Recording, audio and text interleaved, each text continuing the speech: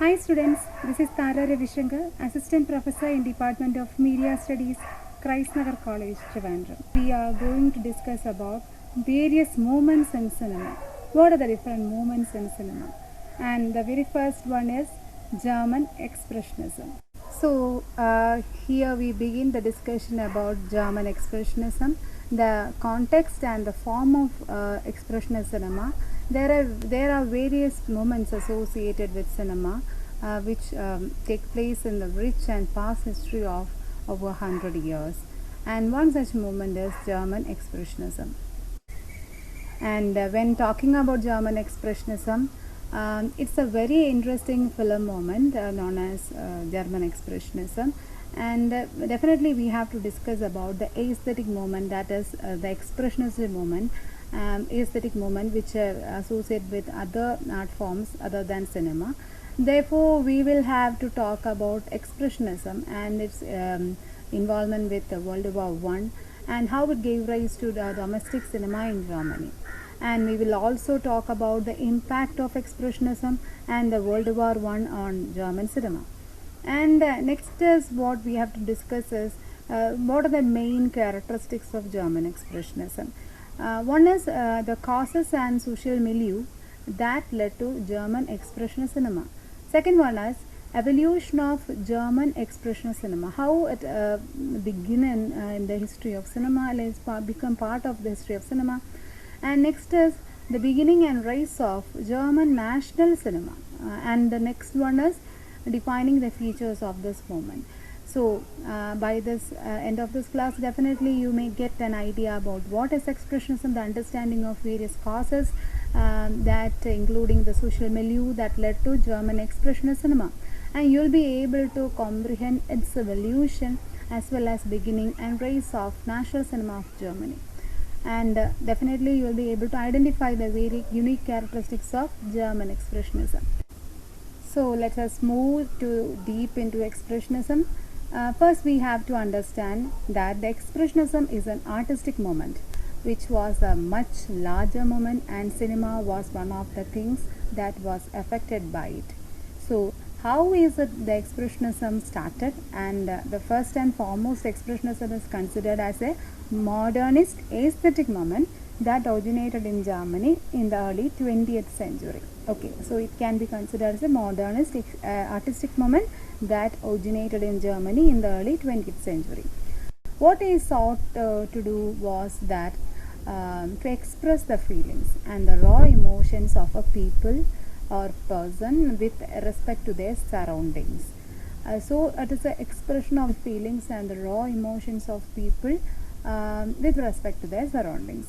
And it was quite unlike that impressionist, that is the moment which just happened before expressionism. And in the impressionists painted reality as it is, and they admired nature, beauty and color, and they painted the beauty with all the beautiful colors that the reality around them would have.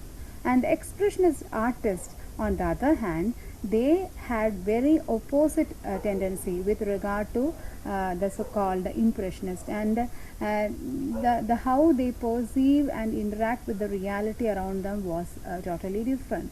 The expressionist artists wanted to paint their expressions to what was around them, and therefore the art was very expressive rather than showing reality as it is. They showed what the reaction to that reality was. So the expressionists show the reaction to that reality was. And expressionist tendencies, so as to say, were first visible in the works of Vincent van Gogh and Edvard Munch. The essence of expressionism can be captured this one line that Van Gogh wrote in a letter to his brother. He wrote like this, instead of trying to reproduce exactly what I see before my eyes, I use colors more arbitrarily to express myself forcibly. This quote by Van Gogh is some ways tell you exactly what the expressionism thought was all about. And it was more than the artistic expression, right? and let us trace the history of Expressionism and see how it came to be. Inspired by the works of Van Gogh and Edvard Munch, four architecture students, they together formed a group called the Bouquet, which means the bridge. And now the idea behind forming the Bouquet was that they wanted to create a bridge from art. And art was supposed to be a bridge between the past and the present. And they believed that Germany had a really glorious past, and they want to tap into that and bring it forward into the present through their art form. And they drew inspiration from Germany's rich folk art and tribal art as well.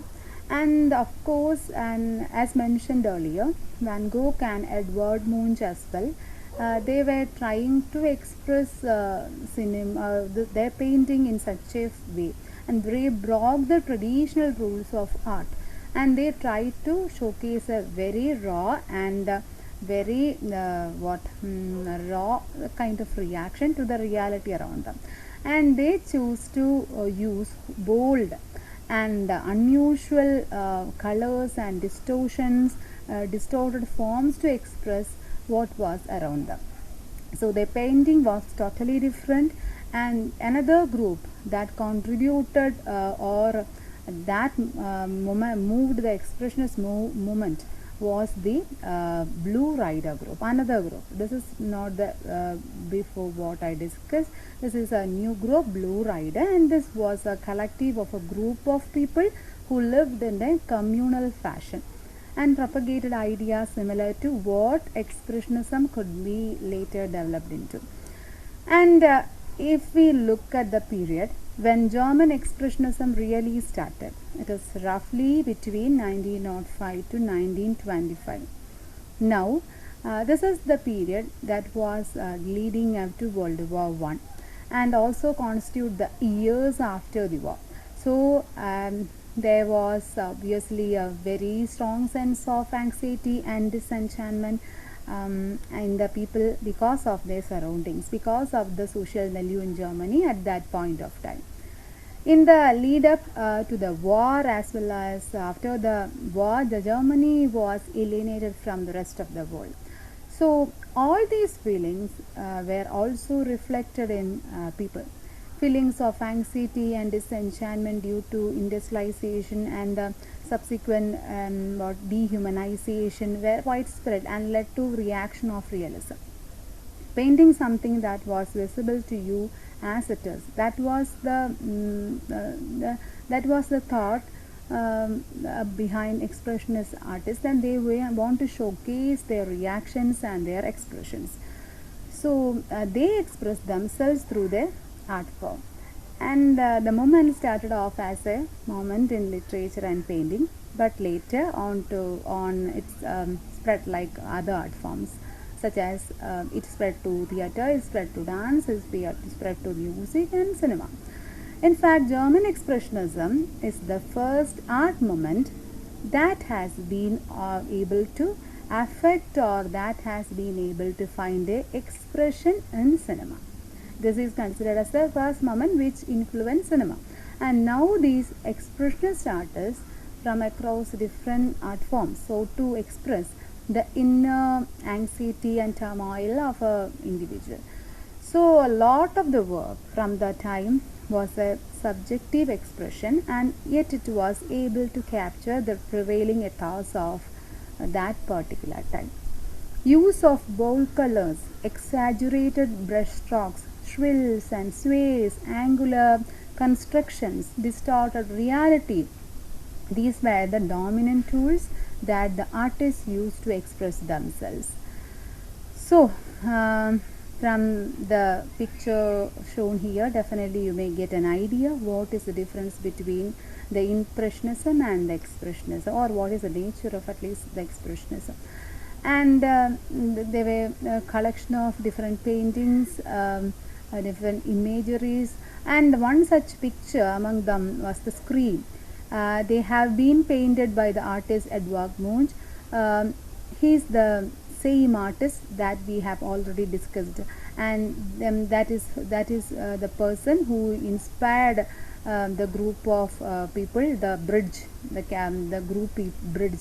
And now, as you can see in this particular painting, there is nothing realistic. Rather, it's a reaction to what the artist is looking at, and you can't say it is as real as your world. And there are some very strong brushstrokes, use bold contrasting colors. In fact, the figure doesn't even look like very human.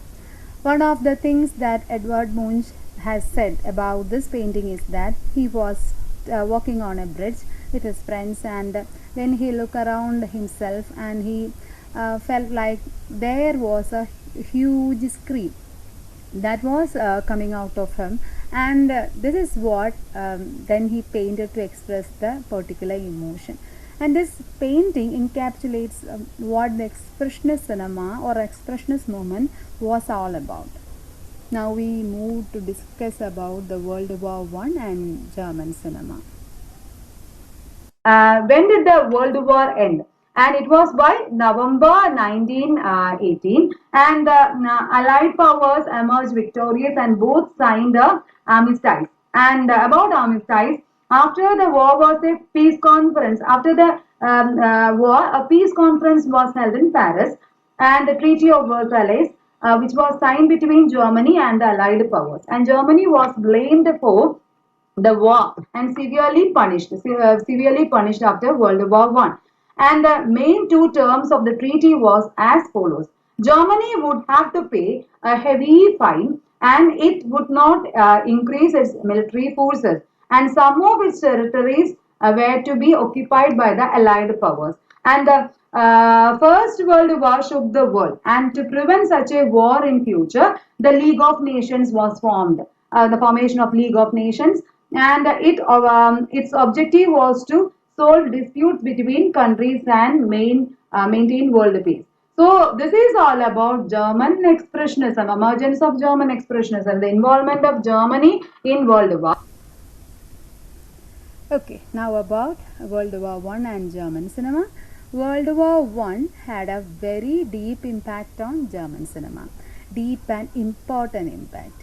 In 1919, the Treaty of Versailles, the Versailles Treaty or Treaty of Peace was signed at the end of the war. Germany had already lost dearly, a kind of attachment from other parts of the world. Dearly, it loses dearly.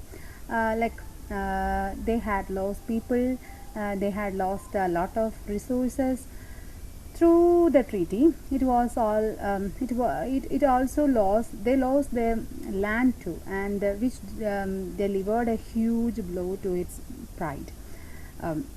Pride was affected, and this was a dominant feeling in the people of that country as well, and they felt a strong sense of disillusionment, because the government was fighting the war, and they believed that they would definitely win. When they they would be able to increase their resources, and this was their thought about the war. But since nothing of that happened, it created a sense of very strong disillusionment amongst the people, and this was a feeling of despair and paranoia. So these were the dominant emotion that the people were strongly feeling. Therefore, in the years leading up to the war, during the war itself, and of course the post-war years, during all this time, Germany was alienated, and this sense was transferred to its citizens. So the sense of alienation, the sense of being alone, was very strong among the people. In 1916, what happened was that the foreign films were banned in Germany, and this was because of the treaty and the vast number of reparations that Germany had to work with. In the following years, 1917, the government consolidated the commercial film studios that existed in Germany at that point of time, and formed one unit. And motive of forming this particular organization was to create war propaganda films and also to create German pro-German content for the for any neutral countries. And however, in 1918, the armistice of 11 November was signed, ceasing any hostilities on air, sea, and land, essentially bringing the war to an end. So there was hardly any work done by the UFA, but after the war came to an end, they followed a lot of bad times that Germany had to go through. And there was the war debt, and there was the post-war hyperinflation, and also there were a lot of reparations as per the Versailles Treaty. When Germany was looking at all of this and exports were favored, they put a ban on imports and exports were favored. After all this happened, more and more people in Germany started visiting German cinema because they understood that the value of their currency, which was the German mark, was decreasing increasingly. Therefore, more and more people started going to cinema. And what happened then was that the UFA was left on its own. That means it was no longer as such under the control of government and to make war propaganda films, and therefore it proceeded to produce entertainment films too for the citizen of Germany. So UFA was now independent and can produce any cinema. And increase of German expressionist cinema. The ban imposed by the government on foreign films in 1916 was lifted in the year 1920. But during that time, when the ban was still on, something really good happened that helped German cinema flourish. As a result of the ban, German cinema had no competitors in domestic market. That is a good thing, right? And this automatically mean that the domestic cinema began to really thrive, gave rise to a kind of national cinema. This is the rise of national cinema in Germany. And for Germany, the years 1919 to 1933, known as the Weimar period, saw the peak of German cinema, which was marked by the various expressionist characteristics that we discussed while discussing about expressionism as an art movement. And it is also quite interesting to note that during that time, when Germany was really at its bleak point or bleakest point, when it was able to really produce wonderful artistic creative works in cinema. And the cinema that was produced during the Weimar period was really influential, and a lot of works that have come up during this time consider canonical works that have had a major impact on the later cinema of Germany and across the world, and continue to do that even today. The common themes that were explored in cinema included a plethora of issues and topics. They dealt with the supernatural, they dealt with the psychological horrors, and they also talked about the their anxiety, the typical depression.